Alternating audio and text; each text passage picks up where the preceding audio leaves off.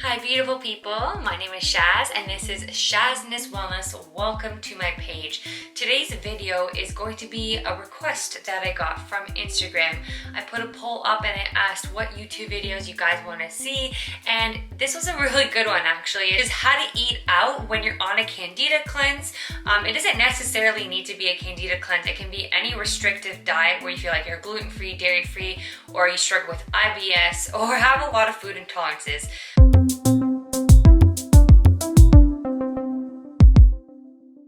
I've been on all of the restrictive type of diets just because of my gut healing journey. I share a lot of videos on my page here about my Candida cleanse story, dealing with PCOS, IBS, etc. The most beautiful part though is now I'm at a stage in my life where I'm actually a gut health coach and a wellness consultant, and I'm helping people through their gut healing journey. So I know how frustrating it can be and how overwhelming it can feel when you don't know what you can eat and if you can even eat out. A lot of my clients come to me with anxiety and stress around this topic, and I'm always there to encourage them and give them some of these tips.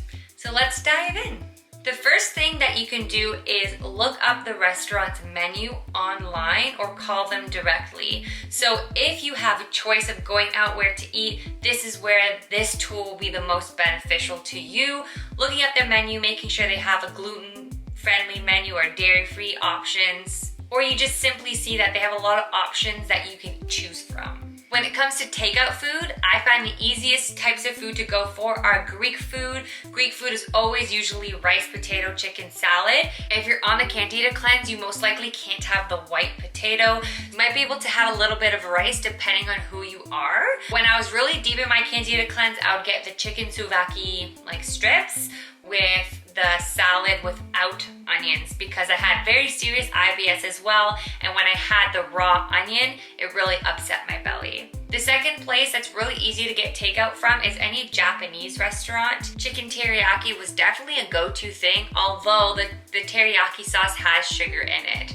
You have to kind of pick and choose your battles again, depending on where you are and what your circumstance is. There were a few times that when I was even on the Candida cleanse, I still would get soy sauce, which had a little bit of sugar or wheat in it, but sometimes the places you go to have gluten-free soy sauce. So hopefully that's your case. If not, a basic thing you can always ask for is just olive oil and hot sauce. Again, when it comes to teriyaki and vegetables, just be mindful of the cabbage. If you do have IBS, it might trigger your tummy. Broccoli, cauliflower. So whenever me and Brandon go to chicken teriyaki, we always ask without mushrooms because they're fungal and we struggle with that. I now can eat broccoli and cauliflower, so I'm fine with it. But again, if you're on a Candida cleanse or you struggle with IBS, then I would just shy away from the broccoli cauliflower. If you have the option for a poke bowl or poke, I actually don't know how to pronounce that. I don't have many in my area, but when we went to Europe, we were both gluten-free, dairy-free on our entire Europe trip. And we ran into this poke bowl restaurant, and it was great because it's mostly just rice and vegetables that you can choose from, and of course, protein options. And although places like Subway will have gluten-free bread, if you're specifically on the Candida cleanse, you will need to shy away from that. But if you're just gluten-free, dairy-free, and trying to make sure that you are having a happy digestion and tummy, then Subway is an option for you. Okay, so let's go back to restaurants. So again, if you have the choice, always look up the menu, call ahead. Now let's say you're there.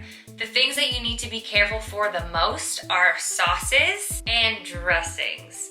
Always ask what's in them, and if you're like feeling like you're annoying your waiter and you're not trying to cause like a ruckus, the easiest thing that you can always ask for is Frank's Red Hot Sauce or hot sauce, olive oil, any type of vinegar, like if they have balsamic vinegar or white vinegar, salt and pepper. You could pretty much just do that with everything. So there will be many times that I would order at a restaurant brown rice, vegetables that I knew I could handle, maybe some spinach or zucchini or a little bit of carrot. Technically, carrot is not allowed on the Candida cleanse, but again, if you're out, you need to pick and choose your battles. And then I would just mix my olive oil with a vinegar and salt and pepper. My last tip when it comes to eating out is that you're guaranteed to not be able to eat any dessert there. So always sneak in a little bit of dark chocolate. I'd fully bring like a Giddy Yo-Yo 100% chocolate bar to a restaurant or a 90% Lindt chocolate bar to a restaurant, because I knew I would feel really left out when people were eating desserts around me, and I also didn't want them to feel bad, because that's the hardest part. Like, you can stay strong, but then you also have the pressure of your family and friends or whoever you're out with being like, oh, just eat this, it's gonna be fine. I'm sure it won't make a big difference in your healing journey. Or, don't worry, you look great, you don't need to diet. Like, why aren't you eating dessert? It goes so much more beyond that for people like us. So the best thing you can do, again, is to bring a chocolate bar, and just in case you can't eat anything at that restaurant, I always just brought like a little bag of pistachios or nuts that were allowed on the Candida diet. Always stay away from peanuts, especially peanuts if you can, because they are very fungal. But yeah, I just bring like a little trail mix, I guess, for myself, just in case. I just want to finish by saying that if you go out, release the stress, enjoy your time, take a digestive enzyme if you feel like you'll need it, because they might have certain things in the food that you can't understand or won't know if that will trigger you. But it's okay, live your life, go out, and I really, really hope these tips helped you. I wish you all the best on your gut healing journeys, and if you're on the Candida cleanse, I am so proud of you. You are not alone, and you got this. Continue to do you, empower yourself, and take control of your health. If you do need one-on-one help, I do offer that. You can email me or send me a DM on Instagram. Just an FYI, in this specific time, it is September 1st of 2020. I am flooded with messages, so I promise to get to you when I can, because I just really want to make sure that you know you're not alone and I got your back. But I will always make videos every single Wellness Wednesday, so would love if you could subscribe to my channel, because it means the world to me. So thank you so much to all of you who continue to support my channel so that I can better help you guys. Give this video a thumbs up if you found it informative, and leave any comments below, any video requests or any other questions that you have.